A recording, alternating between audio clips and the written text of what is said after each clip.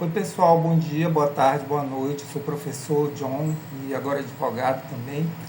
E eu queria falar para vocês sobre o meu blog jurídico, né, chamado Blog do John.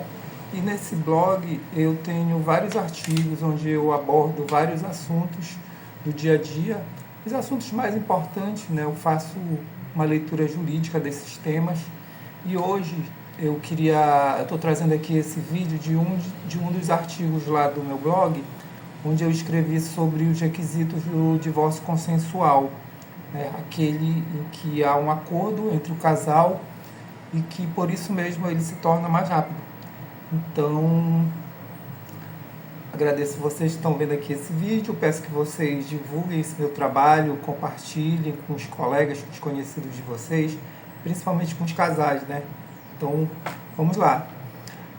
O divórcio consensual, né, para falar sobre ele, eu queria primeiro falar sobre a diferença entre o divórcio consensual e o litigioso. Pelo próprio nome que já diz, né, o consensual é aquele que há um acordo, que o casamento chegou ao fim, que por isso mesmo está na hora de separar, e para isso o divórcio consensual ele é o melhor caminho, sem dúvida. O divórcio litigioso, por outro lado, às vezes até há um acordo, né, de que o relacionamento chegou ao fim, de que o casamento já deve ser desfeito, porém, como existem outras questões também, né, como bens, né, partilha de bens, às vezes tem filho também, e às vezes até tem até um pet, e não há esse consenso, e por conta disso o divórcio deixa de ser consensual e passa a ser o divórcio litigioso, aquele em que não pode ser feito no cartório, né? Mas não é desse divórcio que eu quero falar do divórcio consensual.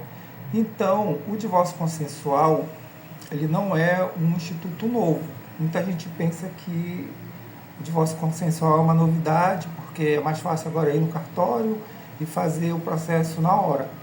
Mas não, o divórcio consensual ele surgiu em 2007, né, com a Lei 11.441 de 2007, que essa lei trouxe a figura do divórcio consensual, né? E também queria falar para você, principalmente que é advogado, né, ou estudante de direito, que também houve a emenda constitucional 66 de 2010, logo depois da lei do divórcio consensual, e que essa emenda ela extinguiu aquele prazo que tinha de 1 a 2 anos para que pudesse ocorrer o divórcio, né? O prazo de separação para poder se pedir o divórcio. Hoje é tudo mais simples. Porém, até mesmo no divórcio consensual, ele exige que se realize alguns requisitos, né? Que requisitos são esses, gente? O primeiro envolve os bens, né?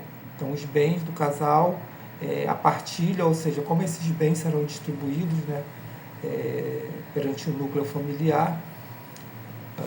Outra coisa, alimentos. Digamos que às vezes o ex-marido ou a ex-esposa está desempregado e vai precisar ter ali o suporte do seu companheiro, do seu cônjuge, por algum período, e aí esses alimentos têm que estar ali também registrados na escritura do divórcio consensual. O outro, que é o mais importante, na minha opinião, é a guarda dos filhos. Tem que também haver um acordo de como é que vai ficar essa guarda e a convivência, né, dos filhos. Com quem esses filhos vão ficar, se vai ser uma guarda compartilhada, por exemplo, os alimentos dos filhos também, né, como é que vai ser feito, se vai ser feito através de homologação judicial ou de um acordo simples, né? E tem até a ver com a própria manutenção do nome de solteiro, né? Então, precisa haver um consenso sobre todos esses pontos para que se possa fazer da entrada no divórcio consensual. Gente, então falando de divórcio consensual, eu queria falar para vocês de dois tipos de divórcios consensuais que existem hoje disponíveis, né? O primeiro é o divórcio consensual judicial. Conforme o próprio nome já diz, o divórcio consensual judicial é aquele que exige a presença do juiz, aquele que é feito na justiça. E qual é o principal requisito, vamos dizer assim, né? Quando é que é obrigatória a realização desse divórcio consensual judicial? Quando existem filhos, né? Quando existem filhos, não tem como fazer um divórcio consensual, por exemplo, extrajudicial. Tem que haver ali a presença do juiz. Por quê? Porque aí, nesse caso, há a proteção do interesse do menor, né? O juiz vai fazer, ele vai se preocupar principalmente, né, junto com o Ministério Público, da proteção desses interesses do menor, né? Então, nesse acordo judicial, o juiz vai avaliar, dentro desses interesses, a guarda, a convivência, os alimentos, né?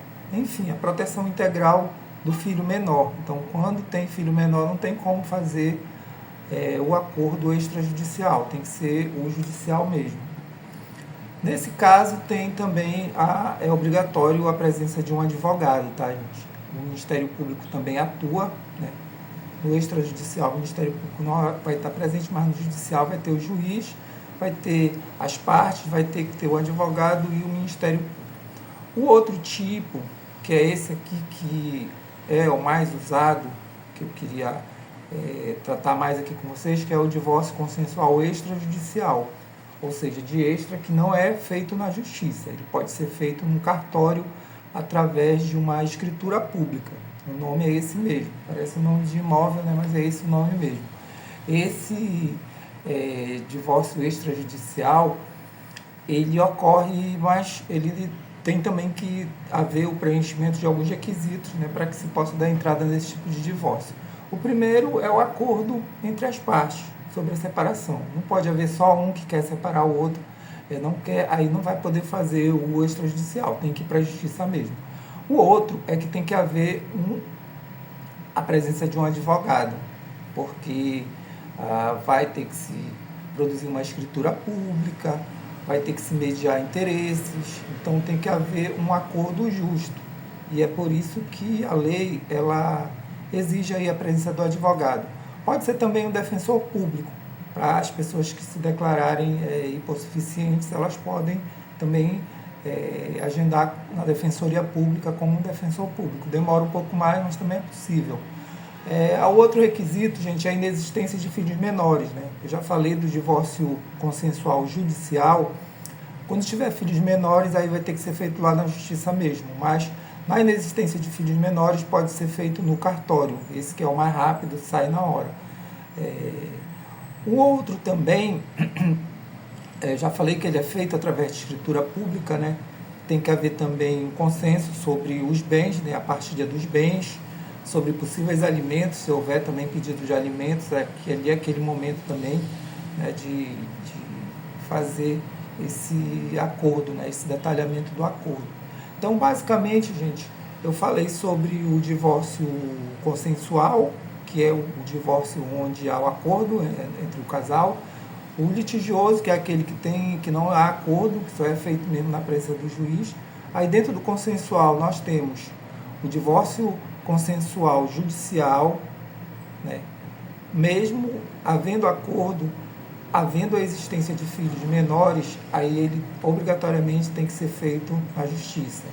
E o divórcio consensual extrajudicial, esse é quando não existe filhos menores, né? Há o acordo em todos os pontos ali dos bens, né? Tem que haver o consenso ali do casal, né, sobre os bens, né, que restarem, né, do casamento, como é que vai ser feita a partilha desses bens, né? Também a mulher, né, não pode estar gestante. Se a mulher estiver gestante, aí tem que esperar terminar todo esse processo de gestação, para poder dar entrada no extrajudicial. Aí tem que ser feito mesmo o judicial junto ao juiz. Já falei do advogado, né, que a presença do advogado é obrigatória nos dois, tanto no divórcio extrajudicial quanto no judicial. Tem que ter o comparecimento de um dos cônjuges, né, pelo menos um.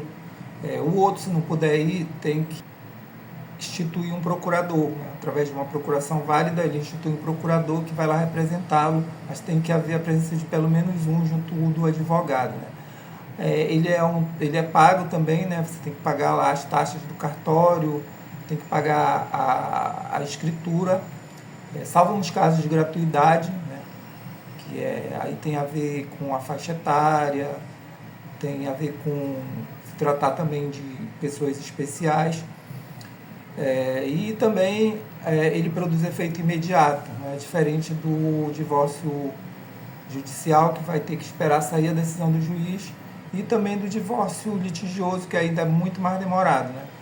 Então, gente, basicamente eram essas informações que eu queria compartilhar com vocês, né, sobre a figura do divórcio judicial e extrajudicial, o divórcio consensual. Quero agradecer vocês terem ficado comigo aqui até o fim desse vídeo e dizer para vocês que eu tenho um artigo sobre esse tema lá no meu blog, né, no blog jurídico. Eu vou deixar o link aqui na descrição do vídeo e eu espero vocês até o próximo vídeo. Obrigado!